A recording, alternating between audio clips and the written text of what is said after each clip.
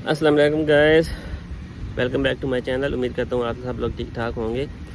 तो जनाब, अब ये पार्ट 2 है उसी सीरीज़ का या वीडियो का जो पुर्तगाल के वीज़ा के बारे में है। ठीक है, तो मैंने आपको बता दिया कि जी मुझे वीज़ा मिल गया। ये फर्स्ट वीक ऑफ नवंबर था, मुझे वीज़ा मिल गया कि जी आपको 120 डेज़ का डी टाइप वीज़ा मिला है और आपने एंट्री और वीज़ा उसी दिन से वैलिड था। ठीक है, अच्छा ये एक बात ख्याल रखेंगे, जो मैंने एयर टिकट इनको दिया था ना, ये अकॉर्डिंग टू उस एयर टिकट के मुताबिक ही वीज़ा उन्होंने स्टैम्प किया था। मैंने उनको ये कहा था कि जी मैंने सितंबर की इस तारीख को मैंने एंट्री करनी है पोर्चुगाल के अंदर, तो मेरी इंश्योरेंस भी उसी तरह से थी, तो उन्होंने मुझे उसी दिन से वीज़ा दे दिया था। मतलब मेरा वीज़ा ऑलरेडी स्टार्ट हो चुका था, क्योंकि मुझे जो पासपोर्ट था वो VFS को 4-5 दिन लेट मिला था, तो मैं ऑलरेडी मतलब 5-6 डेज पास हो चुके थे। तो मैंने कहा ठीक है। अब यहाँ पे इशू ये था कि ना, क्योंकि मैं तो रेडी नहीं था बाकी कुछ डॉक्यूमेंट्स के लिए। अब ये हाँ भी मैं आपको बताऊँ कि जो डॉक्यूमेंट्स ये कहते हैं ना, बैंक स्टेटमेंट, पुर्तगाल के अंदर अकाउंट और ये आपको सेकंड स्टेप पे चाहिए होते हैं,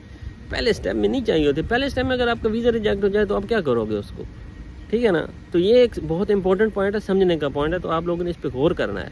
ठीक है, आप मेरे तो ख्याल में उसके बगैर ही अप्लाई करो, अनटिल एंड अनलेस आपको एम्बेसी ना कहे तो इसलिए मैं कह रहा हूँ कि आप एम्बेसी से चेक करो कि उनकी क्या रिक्वायरमेंट है। ठीक है, और इसी तरह हाउस रेंट का मैं बताया, मेरा 1 महीने की बुकिंग के ऊपर वीज़ा लग गया, क्योंकि लेट्स सपोज अगर वो वीज़ा रिजेक्ट कर देते तो मेरा तो सब कुछ ज़ाया हो जाता। मैं जो अब वो पैसे थोड़ी मुझे वापस करना, मेरा जो 4,000 यूरो 5,000 यूरो फंस जाता उधर हाउस रेंट के चक्कर में। फिर इस तरह मैं पुर्तगाल के अकाउंट में बैंक में पैसे डालता 4-5,000 यूरो, तो ये बड़ी कॉम्प्लिकेशन होती हैं। तो इस वजह से इन चीज़ों को अवॉइड करने के लिए उन्होंने बहुत सादा सा प्रोसेस दिया कि आप पहले स्टेप 1 में वीज़ा अप्लाई करो, आपके इमिग्रेशन वाले एवेल्यूएट करेंगे कि आया आप उस क्राइटेरिया के मुताबिक उतर रहे हो पूरे। अगर आप उतर रहे हो, आपकी मंथली सैलरी आ रही है, आप रिमोट कॉन्ट्रैक्ट कर रहे हो, और कई दफ़ा कंपनी से चेक भी करते हैं, आई डोंट नो उन्होंने मेरे केस में चेक किया कि नहीं, पर वो करते भी हैं। ठीक है, तो अगर वो फुली सेटिस्फाइड होते हैं तो फिर वो आपको वीज़ा इशू करते हैं। उसके बाद ये चीज़ें सारी चाहिए होती हैं। तो फिर मैंने क्या किया कि मैंने वही ग्रुप्स वगैरह ज्वाइन किए थे, कुछ दोस्त थे 1-2, उनसे पता किया क्या क्या रिक्वायरमेंट है। उन्होंने कहा जी ये रिक्वायरमेंट है, आपको पूरी करनी है। अब हुआ ये था कि मैं उस वक्त ना नवंबर की कोई 10 तारीख हो चुकी थी, तो मैं मतलब ना मेरे पास ओनली, और मुझे मतलब नवंबर के एंड की मिली थी अपॉइंटमेंट डेट, तो मेरे पास ओनली 20-22 देनी थे। तो और बाकी कुछ डॉक्यूमेंट मुझे पोर्चुगाल के अंदर प्रिपेयर करने थे, जैसे वो हाउस रेंट वाला सीन था, मतलब मुझे यहाँ के अपॉइंटमेंट लेना था, और उसका फिर वो प्रूफ ऑफ रेजिडेंस होता है जिसको यहाँ के लोकल ज़बान में जुनता कहते हैं, वो बनवाना था। और उसके अलावा मुझे यहाँ पे वो अकाउंट वाला काम था। तो क्योंकि मैंने आप लोगों को बताया कि मेरा अकाउंट तो ओपन हो गया था, बट कंप्लायंस डिपार्टमेंट की अप्रूवल नहीं आई थी। अब कंप्लायंस डिपार्टमेंट की अप्रूवल जब मेरा वीज़ा प्रोसेस हो रहा था ना, उन्होंने आई थिंक 3 महीने उन्होंने लगाए थे। ये मैं आपको बता दूँ, बहुत टाइम लगता है इन चीज़ों में। हाँ, उस पॉइंट ऑफ व्यू से अगर आप अपना रिस्क लेके अपना क्या कहते हैं अकाउंट खुलवाना चाहते हो ताकि बाद में आपको इशू ना हो, तो वो आप क्या कहते हैं कर सकते हो। बट इसमें इम्पोर्टेंट बात है कि इन केस अगर आपका वीज़ा अप्रूव होता है और आपको एम्बेसी मांगती है एयर टिकट कंफर्म, जिस तरह मेरे केस में हुआ था, तो आप वहाँ से टाइम बाय कर सकते हो। आप उनको आगे का टिकट दो, मतलब सपोज आप उनको महीना 1.5 टाइम रख के दो। मैंने मतलब गलती तो नहीं कह सकते, बस मुझे ये था कि मेरा टाइम बहुत लग रहा था, मेरे 5 महीने होने वाले थे, तो मैंने फिर उनको ना बहुत शार्ट टाइम पीरियड का, मतलब जब उन्होंने मुझसे मांगा था ना एयर टिकट, तो मैंने उन्हें 3 वीक्स के बाद का दे दिया था। तो वो उन्होंने उसी लिहाज से वीज़ा लगा के मुझे दे दिया। तो ये आप लोगों ने इस बात का ख्याल रखना है ताकि आप टाइम बाय कर सकें अगर आपको डॉक्यूमेंट पुर्तगाल में रेडी नहीं है तो, ठीक है ना। तो मैंने क्या किया कि मेरा 3 महीने कंप्लायंस डिपार्टमेंट लगाया, और जून के एंड में, जून, जुलाई, अगस्त, सितंबर के अंदर ना मुझे ईमेल आई बैंक की तरफ कि जी आपका फाइनली बैंक अकाउंट ओपन हो चुका है। और वो तो मैंने वीज़ा एप्लीकेशन लगाया ही नहीं था, क्योंकि मुझे कंफर्म नहीं था एट दैट टाइम। मैंने उस पर आई थिंक 100 or 200 यूरो, क्योंकि मैं एक ही दफ़ा उसमें डिपॉजिट कर सकता था, तो मैंने रिस्क नहीं लिया था, क्योंकि मैंने माइंड बना लिया था कि मैं वीज़ा बैंक अकाउंट के बगैर ही अप्लाई करूँगा। तो मैंने एज ए जस्ट शो करने के लिए 300 यूरो, आई थिंक 200, 300, 250 यूरो उसमें डाल दिए थे ताकि वो बांझ ना हो। फिर 3 महीने की कंप्लायंस की अप्रूवल आई, उसके बाद उन्होंने मुझे कहा कि now you can withdraw and deposit ना whatever amount you want. तो ये बात है लगभग मिडल ऑफ सितंबर की। तो मैंने कहा अब क्या ज़रूरत है, मैंने वो जो 200 डाले हैं वो तो मैं डाल नहीं सकता, अब जब मेरा वीज़ा आएगा फिर मैं डालूंगा। तो जब मुझे नवंबर के फर्स्ट वीक में मुझे वीज़ा मिला, टिकट मेरा अप्रूव्ड हो गया, तो फिर मैंने कहा कि अब फिर मैंने वहाँ पे उसमें फिर पैसे डाले। तो वो फिर उसमें अब डिपेंड करता है आप कितने डाल सकते हो, कोई 5,000 डालता है, कोई 4,000 डालता है, कोई 7,000 डालता है। तो मैंने भी कोई इसी फिगर में मतलब 5 और 10 के बीच में कुछ एक अमाउंट डाली। उस वक्त जब मेरा वीज़ा अप्रूव्ड हो गया, ठीक हो गया, वो मैंने काम कर दिया। निफ मेरे पास ऑलरेडी था, ठीक है।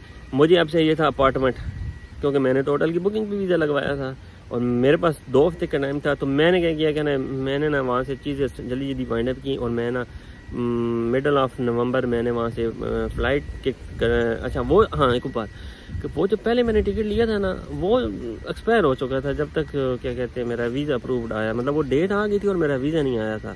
तो मैंने उसको रिफ़ंड में डाल दिया था, ठीक है। और उस 1 हफ्ते के बाद मेरा वीज़ा आया तो वो तो मेरा रिफ़ंड में चला गया था। फिर मैंने नया टिकट बाई किया मिडल ऑफ नवंबर, तो वो मैंने बाई किया 15 के 16 का था। तो वो फिर मैंने टिकट बाई किया और मैंने वहाँ से फ्लाई किया। और लकीली मैंने क्या किया कि जो मेरा पीसीसी एक्सपायर मैंने दिया था वीज़े के बाद वो मेरा एक्सपायर हो चुका था, 6 महीने के बाद एक्सपायर हो जाता है। मैंने एहतियातन एक नया पीसीसी बनवाया वहाँ से, उसको वहाँ से अपोस्टाइल करवाया। पोस्टाइल करवाने के बाद जनाब मैंने उसको क्या कहते हैं साथ लिया और मैं पुर्तगाल आ गया। 16 की सुबह मेरी लैंडिंग हुई यहाँ पे। तो मैंने यहाँ पे मुख्तलिफ ग्रुप से अकोमोडेशन वगैरह ढूंढी हुई थी। तो मेरा ये था कि मुझे अब इशू ये था कि मेरे पास 2 हफ्ते का टाइम था, इसके अंदर ही मुझे अपॉइंटमेंट फाइनल करना था। तो मैंने आने से पहले वो जो मेरे पास 4-5 दिन थे ना उनमें काफ़ी वर्किंग की मैंने। तो मैंने काफ़ी मतलब लोगों को कॉल्स लगाई ये वो। तो उनमें से मैंने कुछ 3 कैंडिडेट शॉर्टलिस्ट कर लिए थे कि जी ये वाले जो है ना करते हैं। अच्छा अब यहाँ पे लोग ये भी करते हैं कि जी आप लोगों ने ना कोशिश यही करनी है कि जुनता या जो प्रूफ ऑफ एड्रेस उसी का ना जहाँ आपने लेना है। तो यहाँ पे जब आप फ़ोन करते हैं ना तो आपको लोग कहते हैं जी आपको मैं किसी और का बनवा देता हूँ, 200 जो 300 यूरो लेंगे। इस चक्कर में आपने नहीं जाना, ये बहुत बाद में इश्यूज़ होते हैं। तो मैंने तो माइंड मेरे एक दोस्त उसने मुझे सही मशवरा दिया था कि आपने उसी का लेना। तो मैं जो भी मालिक मकान को कॉल करता था तो मैं कहता था कि मुझे तो इसका जुनता भी बनवाना होगा। खैर उन्होंने कह दिया कोई इशू नहीं, हम आपको बनवा देंगे ना। तो वो फिर उनमें से 2-3 में से फिर मैंने 3 में से फिर मैंने एक फ़ाइनल किया। मैंने कहा ये वाला सही लग रहे हैं। फिर मैं आया यहाँ पर उनसे मिला, अकोमोडेशन देखी मैंने, क्योंकि मेरे पास टाइम नहीं था। मैंने जल्दी अपार्टमेंट फाइनलाइज़ किया और मैंने उनके साथ एग्रीमेंट किया, ठीक है, अपने अकोमोडेशन का जैसा फ्लैट मतलब जो तरीक़ाकार है कि आप जब मूव होने होते तो आप एक कॉन्ट्रैक्ट साइन करते हो, रेंटल एग्रीमेंट, वो मैंने किया। उसके बाद मैंने कहा कि जी क्या कहते हैं, जब मैंने उनसे शुरू में ले रहा था तो मैंने उनसे कहा था कि आप लोगों ने मुझे हेल्प करनी है। तो उन्होंने कहा था कि हमें तो इसका आइडिया नहीं है, तो हम आपको एक ना यहाँ पे एजेंट का लफ्ज़ एक मशहूर है कि वो दे देंगे, तो वो आपके साथ चला जाएगा तो वो आपसे बनवा देगा। उसमें ये होता है कि आपको ना जब आप रेंटल एग्रीमेंट आपके पास हो भी सही ना, तो जब आपके म्यूनसिपल के ऑफिस जाते हो तो वो आपको बना के नहीं देते। वो कहते हैं कि जी आप एक लोकल पुर्तगीज़ बंदा ले गया और साथ 2 गारंटर लेके आओ, वो भी पुर्तगीज़ होने चाहिए। तो इसलिए फिर मुझे भी एजेंट की ज़रूरत पड़ी। तो वो फिर आपसे 200 यूरो तक का चार्ज करते हैं, ठीक है। तो वो फिर मालिक मकान ही मुझे अपना एक बंदा दिया कि यार इससे आप बात कर लो। मैंने उससे बात की तो उसने कहा जी आपका कॉन्ट्रैक्ट साइन हो गया। मैंने कहा जी हो गया। उसने कहा ठीक है हम कल चलेंगे। फिर नेक्स्ट डे था, हम चले गए। वो अपने साथ सब कुछ बंदे लाया हुआ था, वो उसकी अडिक थी क्योंकि जो 200 यूरो ले रहा था ना उसमें वो गारंटर को कुछ नहीं पैसे देने थे और वो पुर्तगीज़ वो खुद ही था बेसिकली। तो वो मसला वैसे ही हल हो गया। तो चले गए हम उनके ऑफिस में और वहाँ जाके सारी चीज़ें दिखाई उनको, रेंटल एग्रीमेंट और पासपोर्ट वगैरह और ये वो। तो जब उन्हें और घर के बिल वगैरह थे ये आपको ओनर ही देता है। तो वो फिर जब मुझे सेटिस्फेक्शन हो गई ऑफिस वालों को जी बंदा सही है, मतलब जेन्युइन है, तो उनको मैंने बताया कि ये तो मैं तो 3-4 दिन पहले ही मैंने अराइव हुआ पुर्तगाल के अंदर और ये मैंने साइन किया, क्योंकि मेरा जो कॉन्ट्रैक्ट था वो ना अराइवल के 1-2 दिन के बाद का था। तो वो सेटिस्फाई हो गया। उन्होंने कहा ठीक है, उन्होंने मेरी एप्लीकेशन एक्सेप्ट कर ली। उन्होंने कहा जी अब कल आके ले लें। वैसे जो उसकी फ़ीस होती है वो 10 यूरो तक होती है, उतनी फ़ीस नहीं होती। बट इशू ये है कि आपके पास गारंटर नहीं होते, लोकल पुर्तगीज़ बंदे नहीं होते, तो जिस वजह से वो एजेंट जो है फिर वो यहाँ पे लेते हैं। तो और मेरे केस में मुझे बहुत अर्जेंट चाहिए था, मेरा 1 हफ्ते के बाद अपॉइंटमेंट ही टाइम कम था, तो मैंने बस कर लिया। तो मेन वो डॉक्यूमेंट्स बन गया, ठीक है। उसके बाद मैं अगले दिन मैं चला गया अपना बैंक ऑफिस चला गया, अपनी बैंक ब्रांच में। वहाँ जाके मैं अपने रिलेशनशिप मैनेजर से मिला। उससे मैंने क्या कहते हैं, क्योंकि पैसे मैंने ऑलरेडी बताया ना ट्रांसफ़र कर दिए थे वहाँ से, उससे मैंने बैंक स्टेटमेंट निकलवाई उसको लास्ट 3 मंथ की। वो तो ऐसे फॉर्मेलिटी होती है, मतलब उसमें पैसे तो मैंने कोई हफ्ता 10 दिन पहले ही ट्रांसफ़र किए थे। बट एनीवेज वो 3 मंथ की स्टेटमेंट होती है लेटेस्ट, उसको स्टैंप करवाना ज़रूरी है। आप ये कर लें सेकंड स्टेप के लिए। और आपने हेल्थ इंश्योरेंस बाय करनी होती है, यहाँ की लोकल पुर्तगीज़ हेल्थ इंश्योरेंस, ठीक है।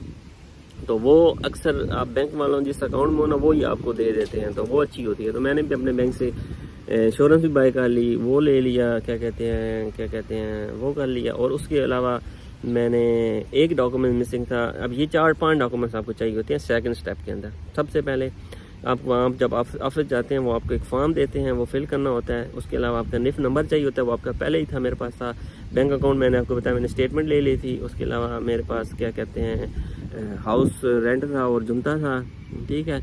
रिमोट कॉन्ट्रैक्ट मेरे पास पहले था। हेल्थ इंश्योरेंस मैंने ले ली और सैलरी स्लिप वगैरह जो आपकी सैलरी आ रही थी वो चाहिए होती है। तो ये सारे डॉक्यूमेंट्स आपको यहाँ पे चाहिए होते हैं। इवन पीसीसी भी नहीं चाहिए होता। D8 की कैटेगरी में दोबारा नहीं मांगते, ऐसे लोग कहते हैं कि जी मांग लेते हैं, वैसे आप एहतियातन रख लें तो ठीक है। तो मैंने सामने में डॉक्यूमेंट्स तैयार कर लिए। अच्छा हाँ, निस चाहिए होता है। निस नंबर यहाँ का जो है ना, उसको कहते हैं सिगोन सोशल नंबर कहते हैं, कि वो मतलब बेसिकली वो एक्चुअली होता है इनकम टैक्स नंबर जो होता है ना, वो होता है।